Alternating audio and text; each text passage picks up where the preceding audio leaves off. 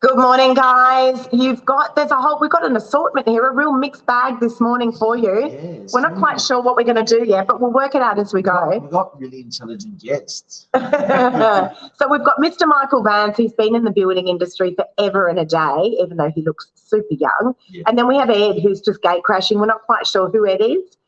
No, Ed's a very good friend of ours. We're actually off to have breakfast this morning, and we thought we'll bring these boys onto the show. But interestingly, Michael has been in construction for so long. There's so many questions, actually, I want to ask you, Michael, about what's going on with, the cost of materials at the moment, because they're through the roof. Is that your fault? No, it's not my fault. No, I think the materials, it's something that you get out of everyone's control. I mean, everyone needs to be conscious of the fact that the builders are under a lot of stress at the moment, not just COVID and the material price increases, but the unprecedented rain we're having at the moment. So everyone that has their builder, they might be coming with a handout for some additional costs, but I just suggest you don't take a aggressive approach to it, maybe a bit more of a pragmatic approach where you can just speak to them about it, sit down with them, understand what the issues are, what they're facing.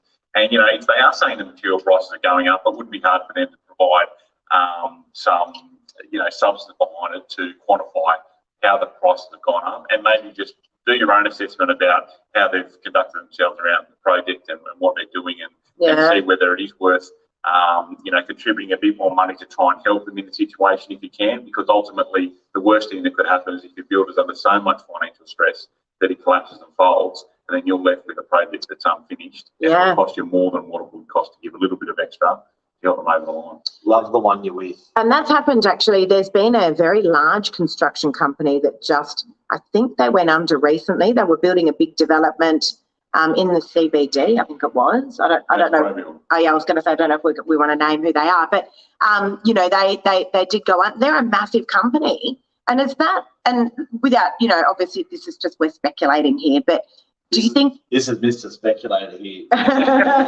We're not going to let you get off easy yet, don't you worry. We're coming. We're going to bring some speculation in. We're coming to have a conversation with you in just a sec. But do you think that was to do with the cost of materials and the staff shortages? Well, 100% I think it would have contributed, but you never know what exactly going on with a business like that. There's such a huge beast Probuild, and it could have been any number of things, but certainly would have definitely contributed to that. But I mean, you can't deny the fact that it's not just a small pocket of builders that are doing this. We see it all over the media at the moment, and it is widespread. And I'm dealing with, a dozen different builders at the moment, and I know 100% they're all facing the same challenges. And they're working hard to mitigate those losses as much as possible. And, they just need to, sometimes they're going to need to come back and ask for a little bit more. But at the same time, you need to make sure they're being honest about it as well. Because there's people out there that aren't going to be completely honest about the situation. Yeah, and then we're gouging a little bit. And then I guess labour comes into that as well. We sent 1 million people, 1 million immigrants back to their countries when COVID hit. That's surely affecting building as well. Builders have had to pay those extra labour costs in the last 1 or 2 years. It's all catching up on them. Oh, 100%. It is. And it is hard to find people. And, everything's just like a perfect storm at the moment with everything. So you've got the COVID, you've got the price increase, you've got the weather, and then we do have a labour shortage out there at the moment as well. And that's common throughout the industry. It's not just unskilled labour, it's also skilled labour as well. When I say that, I mean, I'm talking about designers, architects, engineers, and other engineering consultants that are in the industry as well. They're all just overloaded with work at the moment. It's right across the board. It's unbelievable. It's a fruity panel this morning. We actually had an argument this morning, a mini argument. So Ed's looking at buying a property. If you need to sell your house, he will buy your house. He's got heaps of money, by the way. He's got stacks of money. It's just loads of cash. Good morning to Ben. Good morning to Lou. Good morning to Paul. Ben, good morning, guys. Thank you for dinner last night, Ben. You're a legend. Now, Ed, you're buying at the moment. You just had an explosion and flurry of real estate agents calling you on Saturday, yeah? Yeah, Saturday morning, it was like someone flipped a switch. It just went crazy. My wife's phone hasn't stopped ringing. And yeah, it's the same every time. We've got a vendor, they're selling, they want to do it off market quietly. So Ed sold his property, how many months ago, Ed? Ed sold in September last year. So at the absolute peak of the market, no one knew it at the time, and Ed didn't use us to sell his property. Different area, to be fair, and we're still friends. But at the time, no one knew that it was the peak of the market, but clearly it was. And then Ed said, "I'm just going to sit on the sidelines and wait and see what happens." We were like, "No, you're crazy." No.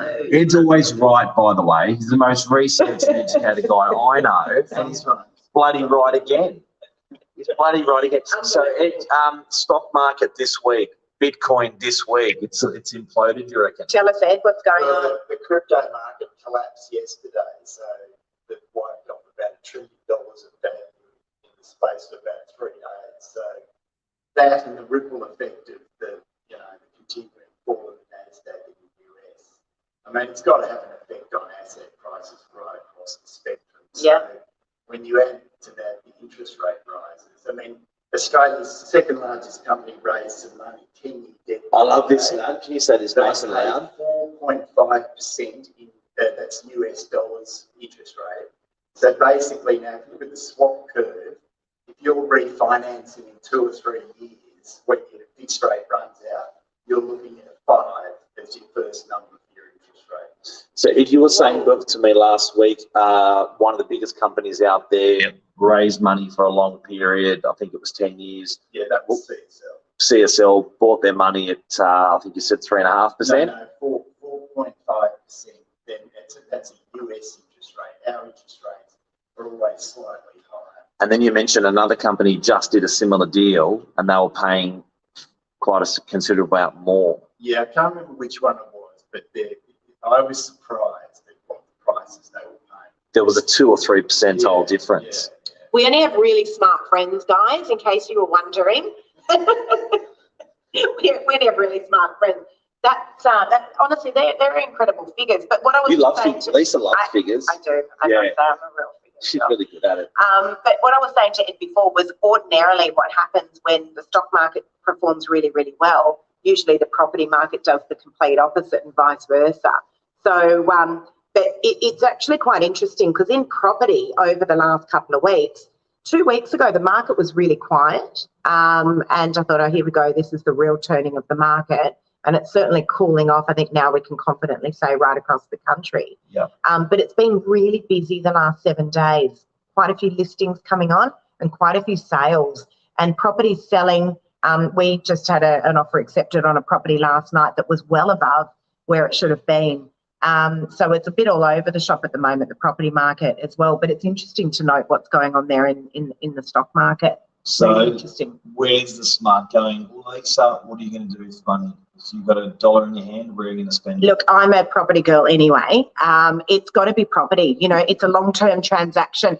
And where no one ever bought property and after 40 years said, well, that was a bad investment, right? It always performs well, but it's over a long period of time.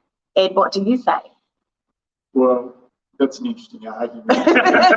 Too complicated to go in here, but I think over the long term, all asset classes tend to come together in terms of return, and that makes sense from an economic point of view. So they'll complement each other. 6-7%. So that's about 7% in capital growth. But for what it's worth, I think the real money is with you, Mr. Vance. I think it's in building at the moment. These trades, you know, they seem to have a license to print money.